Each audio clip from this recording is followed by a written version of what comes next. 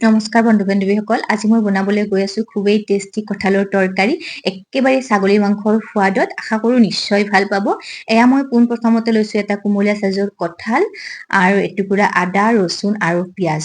প্ৰথমতে আপোনালোকক মই কঁঠাল কটাৰ টিপছখিনি দি দিম। এয়া প্ৰথমতে মই হাতত মিঠাতেল আৰু কটাৰীখনতো মিঠাতেল লগাই লৈছো। এনেদৰে কাটিলে হাতত আৰু কটাৰীখনত একেবাৰে আঠা নালাগে।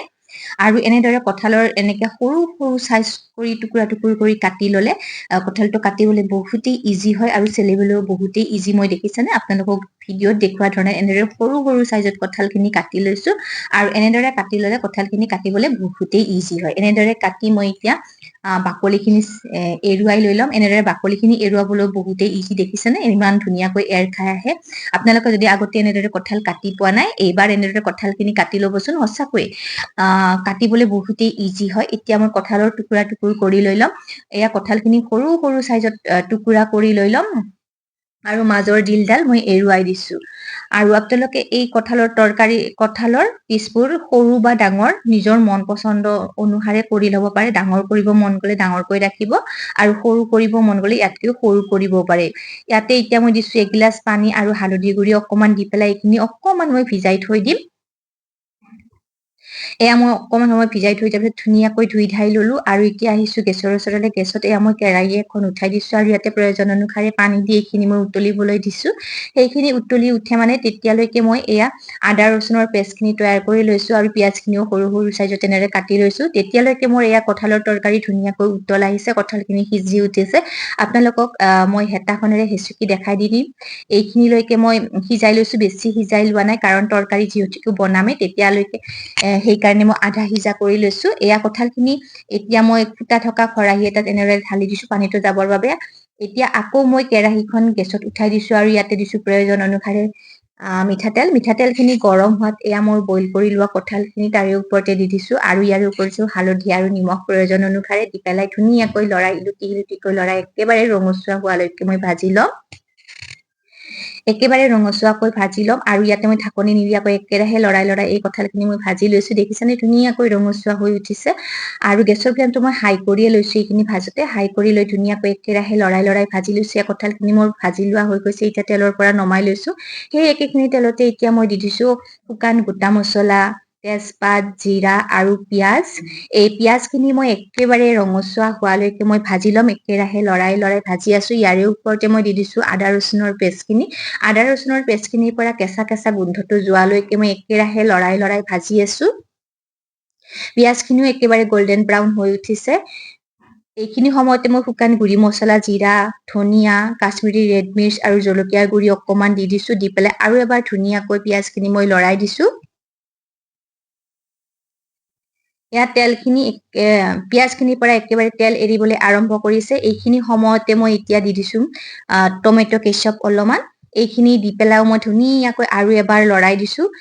পিঁয়াজখিনিৰ পৰা একেবাৰে তেল এৰিবলৈ ধৰালৈকে মই একেৰাহে লৰাই ভাজি আছো। ইয়াত পিঁয়াজৰ পৰা তেল এৰিবলৈ আৰম্ভ কৰিছে। এইখিনি সময়তে মই এতিয়া ইয়াতে দি দিম ভাজি লোৱা কঁঠালখিনি। এয়া কঁঠালখিনি ওপৰতে দি দিছো আৰু এবাৰ ধুনীয়াকৈ ইলুটিকৈ লৰাই দিছো। তেলখিনি একেবাৰে কঁঠালত যেন সোমাই যায় তেনেদৰে মই ধুনীয়াকৈ আৰু এবাৰ ইলুটিকৈ লৰাই দিছো। এতিয়া ঢাকনিখন লগাই এইখিনি অলপ সময় মই এনেদৰে ভাজিছো, শুকানে ভাজিছো। এয়া ধুনীয়াকৈ তেল এৰিবলৈ আৰম্ভ কৰিছে। ইয়াৰে ওপৰতে দিছো হালধি গুৰি। প্ৰথমতে মই হালধি গুৰি দিয়া নাছিলো, এতিয়া হালধি গুৰিখিনি এড কৰি দিছো। হালধি গুৰিখিনি দি পেলাই আৰু এবাৰ ধুনীয়াকৈ লৰাই দিছো, ইলুটিকৈ লৰাই দিছো। ইয়াৰে ওপৰতে দিছো প্ৰয়োজন অনুসাৰে নিমখখিনি দি পেলাই আৰু এবাৰ ধুনীয়াকৈ লৰাই দিছো, যেন কঁঠালৰ মাজলৈ একেবাৰে নিমখখিনি সোমাই যায়। তেনেকৈ একেবাৰে লৰাই ধুনীয়াকৈ লৰাই দিছো আৰু ঢাকনিখন লগাই আৰু অলপমান সময় মই যেন নিমখখিনি ভিতৰলৈ সোমাই যায় সেইকাৰণে শুকানে আৰু এবাৰ ভাজি লৈছো।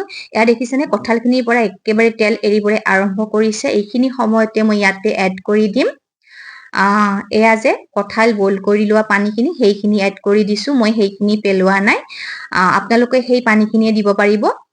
কঁঠালৰ পানীখিনি দি পেলাই মই ঢাকনি লগাই এতিয়া উতলিবলৈ দিছো। এয়া ঢাকনিখন উঠাই চাইছো, ধুনীয়াকৈ উতল আহিছে আৰু এবাৰ ধুনীয়াকৈ ইলুটিকৈ লৰাই দিছো।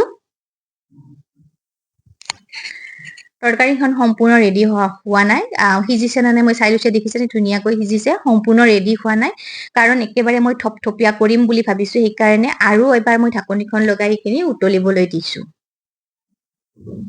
ইয়াত এতিয়া মোৰ ঢাকনিখন উঠাই আৰু এবাৰ চাই লৈছো, ইয়াত থপথপীয়া হ'বলৈ আৰম্ভ কৰিছে। সেইখিনি সময়তে মই দিছো গৰম মছলা, ঘৰতে বনোৱা গৰম মছলা এচামুচ, কেঁচা ধনিয়াৰ পাত, আৰু এইফালে দি দিছো কচুৰি মিঠি অকমান।